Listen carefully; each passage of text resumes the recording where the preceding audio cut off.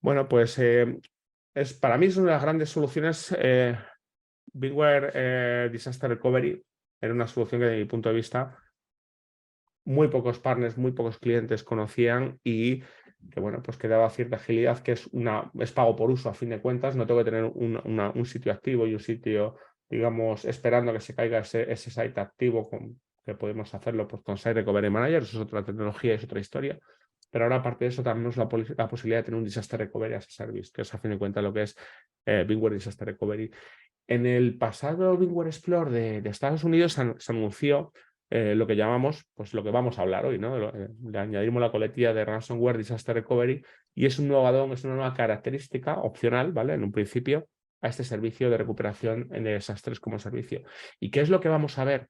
Pues vamos a ver en qué consiste la solución y también vamos a hacer una especie de simulación, ¿no? Como si estuviéramos trabajando con el producto. No es una demo en directo, me hubiera gustado, pero bueno, por temas de tiempo no ha sido posible revelarlo, pero sí es importante que veáis qué pasos hay que dar para poder utilizar esta tecnología y cómo funciona. Y bueno, vamos a empezar con la parte del miedo, ¿no? ¿Qué decir? Ya sabéis que, digamos que el motivo principal, número uno a nivel mundial a día de hoy, de eventos de recuperación de desastres están relacionados con ransomware, un 36,2%. Fijaros que es una barbaridad. El siguiente, el que más se le acerca, es corte de luz, ¿vale? Entonces, o desastres naturales, bueno, pues un incendio o inundaciones y demás. Los errores humanos, fijaros, mientras más automatización, menos toca el humano, pero aún así, fijaros que todavía tienen un porcentaje interesante. Entonces, bueno, pues luego los otros yo creo que son, digamos que ya al ser menores en porcentaje, pues tampoco son muy importantes de comentar, ¿no? Pero el ransomware, fijaros que hacen destrozos auténticamente salvajes dentro de una infraestructura, de un data center o incluso también de una distancia cloud que tengas, en cierto sentido, si no tienes una buena solución de seguridad o si has tenido distintamente, a pesar de tener una buena solución de seguridad, pues nueva generación, etcétera, que no es capaz de cogerlo. Fijaros que esto, desde el punto de vista de seguridad, tiene bastante sentido porque al final esta recuperación frente a desastres generados por un ransomware es la última línea de defensa. Eso es una realidad. Ya lo comentó NIST en su momento.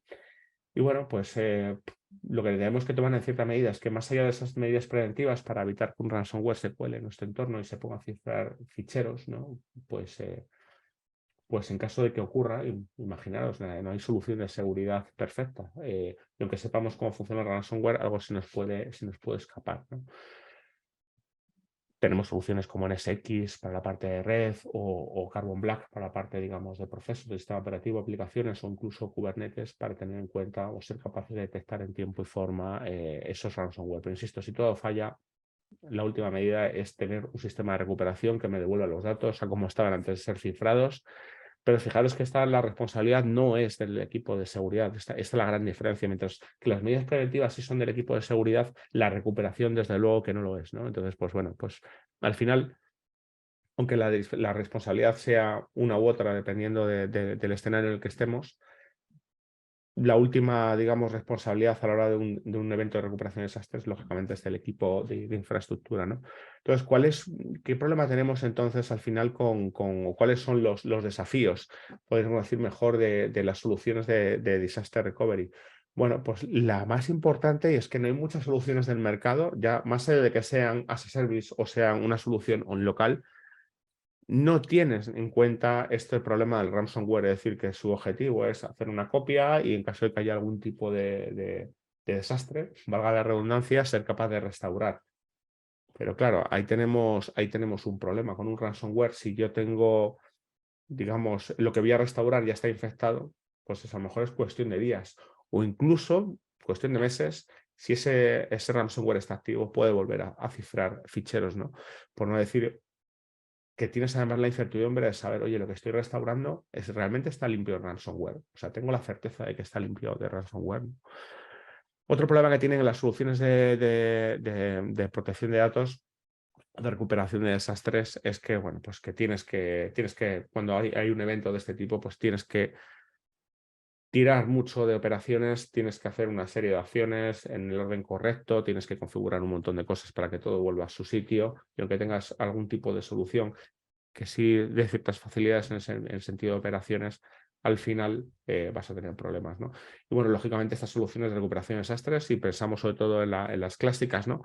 Pues lógicamente tienen un coste y un coste suele ser elevado, ¿no? Más allá de los RPOs o el tiempo que tardes en levantarlo todo, cuál es el peor escenario, pues son soluciones que son costosas tradicionalmente. Si tú tienes un data center que proteger, montabas otro data center de backup por si el primario se caía, ¿no?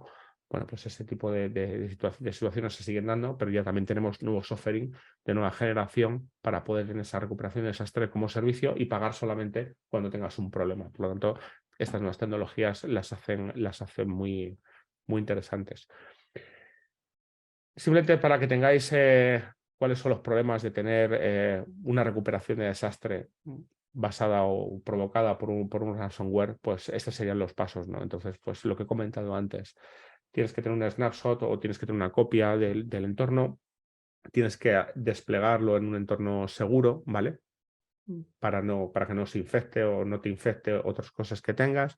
Tienes que buscar un candidato que esté limpio, como he dicho antes, el candidato que no tenga ransomware activo. Eso ahí viene, yo creo que es lo más complicado. Después, lógicamente, tienes que validar que esos backups están listos o son seguros para la producción. Y el último paso, pues decir, bueno, pues está todo ok, voy a restaurarlo, ¿vale? Entonces, bueno, hay distintas opciones. Os dejo la tabla simplemente para que tengáis de referencia.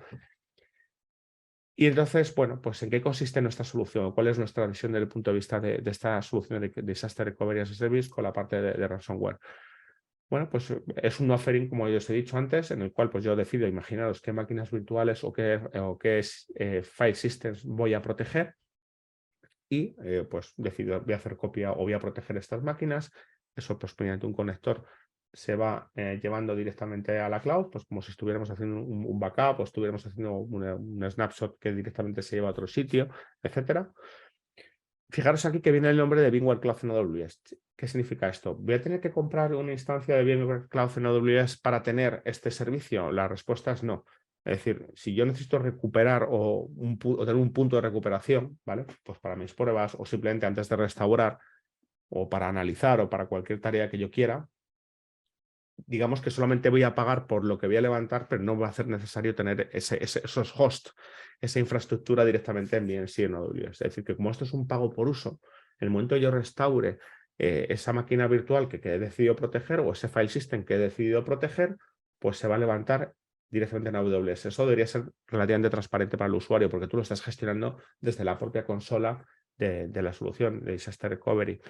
Entonces, simplifica mucho ese proceso y ahí es cuando realmente estás pagando. Es decir, más allá de lo que te cueste la solución, que es pues, según las máquinas y los archivos y los datos que quieras proteger, pues tendrá un coste u otro. Lógicamente, más máquinas, mayor coste, o máquinas más grandes, más costes.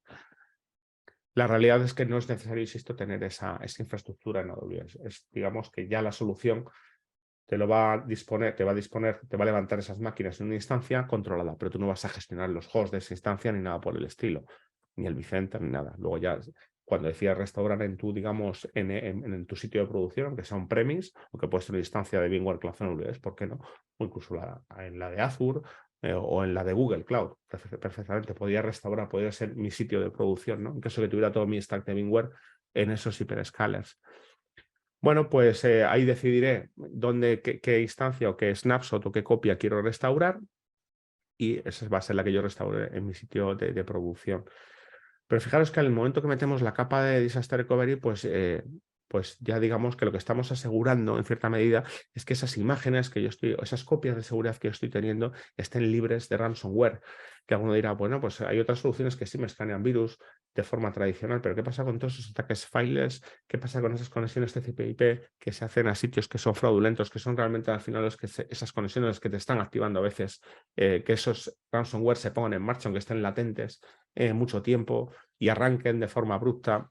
Pues digamos que esas conexiones también tienen mucho que ver, ¿no? Entonces, realmente es lo que me va a analizar todo eso, esas IPs, esas conexiones a IPs raras, esos ataques files, esos archivos o incluso las vulnerabilidades, va a ser ese add-on de VMware Ransomware Disaster Recovery, ¿no? Entonces, bueno, pues insisto, el mecanismo de funcionamiento es muy sencillo, se hace una réplica directamente al servicio, yo puedo decidir cuándo montarlo para hacer esas pruebas, ¿vale?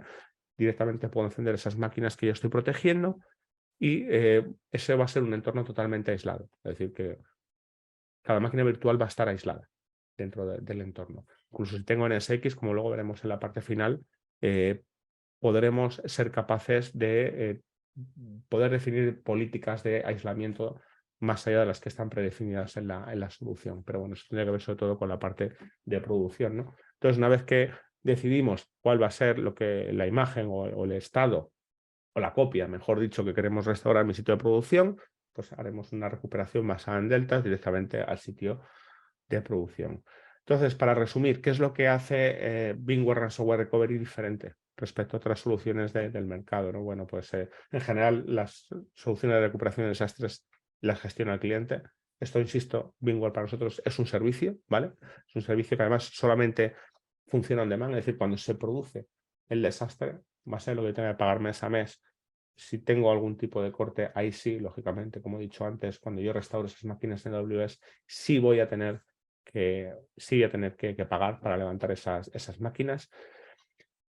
Y también es muy interesante, a diferencia de otras soluciones del mercado, pues que no solamente estás escaneando a nivel de archivos, ¿vale? Sino que también eres capaz de ver pues, otro tipo de ataques files, el tema que comentaba antes de las IPs, etcétera, ¿no? Y por último, no por ello menos importante, es que desde el punto de vista de operaciones esto se hace a golpe de clic. ¿Qué significa? Pues que no voy a tener que andar con scripts complejos, procesos manuales, distintas herramientas de distintos fabricantes para poder restaurar frente a un ataque de ransomware, sino que directamente pues esto es una base de clic, está totalmente automatizado y ese flujo de trabajo digamos, ya está automatizado o ya viene dado por la propia solución. Al final lo que se traduce es que pasar de un proceso de recuperación lento en el cual, fijaros los pasos que hemos visto antes, cuando teníamos un problema de ransomware y tenemos que hacer un disaster recovery, pues son procesos lentos, ¿no? Y tengo que estar viendo cuál es la imagen que no está infectada. Bueno, pues aquí digamos que ya sabemos qué imágenes no están infectadas, ya tenemos la certeza, que eso es fundamental, de que esas imágenes están limpias y eso al final lo que redunda lógicamente es en el tiempo que yo necesito para volver a poner mis máquinas protegidas online otra vez, ¿no?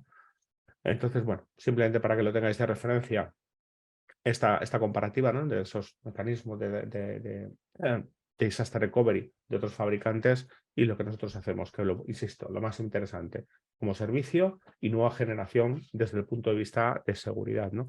Entonces, esto tiene que ver más con el marketing que con la técnica, pero bueno, al final, lógicamente, una solución de pago por uso que realmente pagas lo gordo cuando tienes algún tipo de problema comparado a lo que me cuesta tener otro data center, la luz, los costes, el mantenimiento, etcétera, pues no hay color, ¿no? Entonces, pues simplemente para que lo tengáis en cuenta respecto a una solución tradicional. Entonces, bueno, insisto, ya existía la solución de Disaster Recovery como servicio y todo, tanto el flujo de trabajo, la restauración, las copias, todo eso se podía automatizar. Ya tenía esa parte de ahorro. Entonces, si yo estoy interesado, además, si ya tuviera la solución, ya fuera un cliente que tuviera digamos, Bingware Disaster Recovery as a Service y quisiera además toda esta parte de ransomware, pues es habilitar solamente, habilitar ese add-on, ¿vale? Lógicamente pagas un poquito más y ya tendrías estas características, ¿vale? Entonces, bueno, pues simplemente para que lo tengáis en cuenta, ¿no? Y vamos a ver un poquito, no sé cómo voy de tiempo, no sé cuánto nos queda.